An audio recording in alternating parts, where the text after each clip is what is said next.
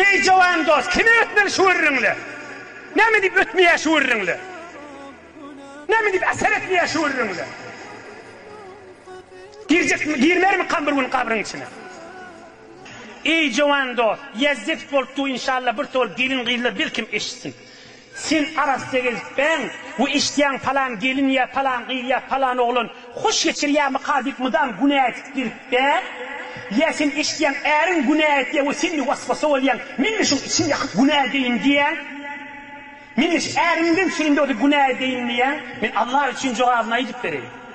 O da şey, hıyal eder ama günahın içine kadın hoş geçirip mi kadir?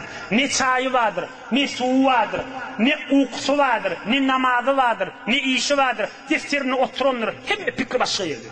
Akşam yattandır fikri başka yerdir. Dünyasının, ahiretinin lezzet almanı, zilil hor ol dünyadan geçer.